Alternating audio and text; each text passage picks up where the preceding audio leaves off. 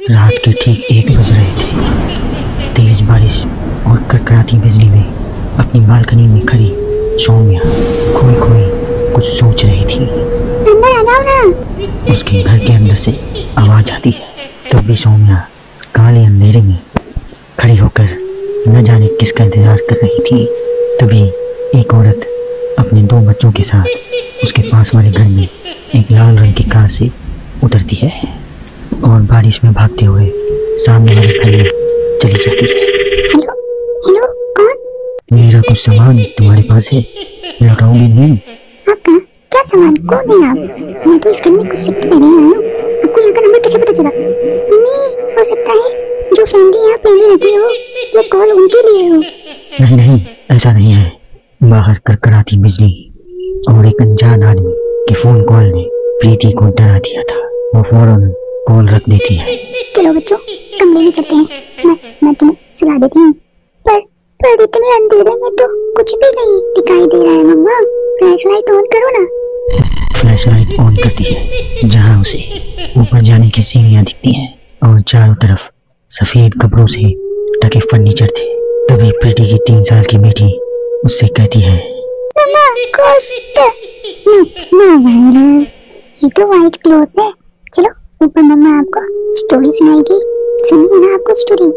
चलो चलो चलो, जल्दी चलो। प्रीति अपनी छोटी बेटी को अपनी गोद में उठाती है और अपने बेटे के साथ सीढ़ियाँ चढ़ना शुरू करती है। एक एक कदम उसे ऐसा एहसास हो रहा था मानो वो सीढ़ियाँ भी नहीं दलदल में कदम रख रही हो। ये मेरे पैर सीढ़ियों में धंस क्यों रहे हैं? बहुत देर चलने के बाद सीढ़ियाँ खत्म होती हैं। ऐसा लग रहा था कि मैं पता नहीं कितने दिनों से चल रही थी। जैसे तैसे प्रीति थकी हारी ऊपर कमरे में पहुंचती है। जैसे ही फ्लैश बेड पर पड़ता है, वो देखती है कि उसके दोनों बच्चे पहले से ही बिस्तर पे सो रहे हैं। मेरा सर चकरा रहा है। बच्चे तो मेरे गोद पे थे, यहाँ कैसे आ गई? और वो भी मुझसे पहले।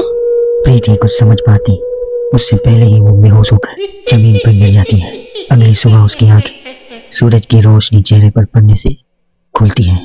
वो बैल्कनी में जाती है, जहाँ उसे सौम्या अपने बैल्कनी में खड़ी दिखती है। ऐसा लग रहा था मानो सौम्या रात भर से वहीं बालकनी में ही खड़ी थी। प्रीति सौम्या को मुस्कुरा कर देखती है। हेलो, मैं यहाँ कल रात में शिफ्ट हुई हूँ। मेरे हस्बैंड का यहाँ ट्रांसफर हुआ है। आसपास कहीं घर ही नहीं मिला, इसलिए 40 किलोमीटर दूर ये घर यहाँ पे लेना पड़ा। आप यहाँ कब से हैं? पता नहीं, साल हो गए हैं, यहाँ कोई आया ही नहीं। पर अब तुम आ गई हो ना तो थोड़ी राहत सी लगेगी। आओ ना घर पे। हाँ, क्यों नहीं, मुझे भी कंपनी मिल जाएगी। वैसे ना, कल रात मैंने यहाँ कुछ अजीब महसूस किया। मैं आकर बताती हूँ, ठीक है? प्रीति सौम्या से मिलने उसके घर की ओर जाती। कल रात की घटना उसके दिमाग में ऐसी बैठ गई थी कि वो मनी मन कुछ बड़बड़ा रही थी। वो वहाँ पहुँचती है और पिछली रात के इंसिडेंट के बारे में उसको बताती है। ये तो कुछ भी नहीं है, ऐसे कई सारे इंसिडेंट्स वहाँ हो चुके हैं और रोज कुछ ना कुछ होता ही है। मेरी एक फ्रेंड सुरभि वहाँ रहने आई थी। वो अपनी कार में बैठे नई ठिकाने की ओर जा रही थी और खुद से बड़बड़ा रही थी। ये सिविल इंजीनियर्स की लाइफ में बड़ी मुश्किल होती है, जंगल झाड़ियों में रहना पड़ता है। कार एक घर के पास रुकती है। लीजिए मैडम, हम आ गए हैं।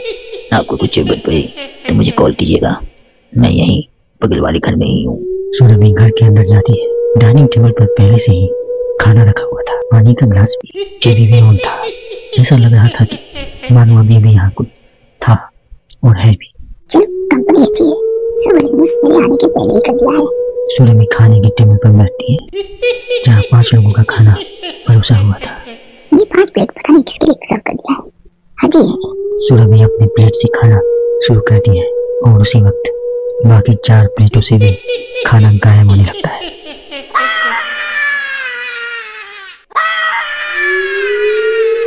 सुरभि भागते हुए अपने ड्राइवर के घर पर जाती है और वो देखती है उसका ड्राइवर जमीन पे गिरा हुआ था और फर्श पे हर जगह बस खून ही खून था और उसके ड्राइवर राहुल के मुंह से भी खून आ रहा था।